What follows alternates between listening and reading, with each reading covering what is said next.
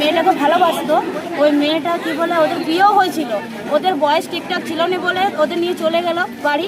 তারপর বললো বাড়ি থেকে বললো যে এদেরকে 16-18 বছর না হলে ওদের বিয়ে দেওয়া হবে না। তখন ওদের বাড়ি থেকে ওদের ট্রেনিং দিতে থাকলো, বারবার ফোন করতে থাকলো।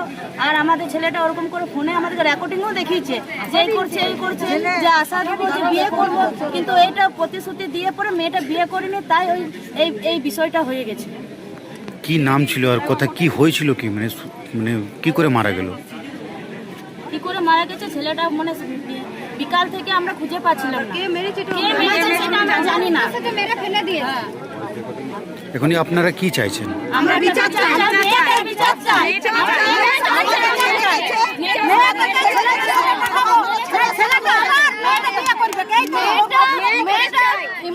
ছেলে যখন আমাদের গেছে, মেয়ের তরফ থেকে মেয়ের জন্য ছেলে গেছে, তাহলে আমরা চাই যে ছেলের বিচারটা চাই। কি হয়েছিল? আমাদের জন্য মেয়ের যেমন ছেলে গেছে সেইভাবে যেন মেয়েটা সেই সঙ্গে চলে যায়। কি হয়েছিল?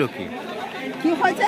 মেয়েকে ভালোবাসি। এত লাখ টাকা চাই, তুই আমার সম্মান নষ্ট করেছিস, যদি তুই এত লাখ টাকা না দিস তাহলে তোকে আমরা মার্ডার করি। এইটা মেয়েটাকে ইমোশনাল ব্ল্যাকমেল করছিল। মেয়েটার নাম হলো সুস্মিতা, নিয়ামতপুরের মেয়ে। আর আমাদের ছেলে হলো বিক্রম বাউরি, কালীচরণ বাউরি ওর বাবা, কুতিকা গ্রামে। এর আমরা বিচার চাই স্যার। এর নিয়ে দুবার হলো, দুটো ছেলে এখনই আপনারা থানাতে এসেছেন, কি পুলিশের আমরা চাই যে ওর কাকা কাকিমা যেমন ভাবে এর বাড়ির লোককে পরিষ্কার করেছে, যেমন ভাবে অত্যাচার করেছে, এমনকি ও 3টা দিদিকেও ছাড়েনি।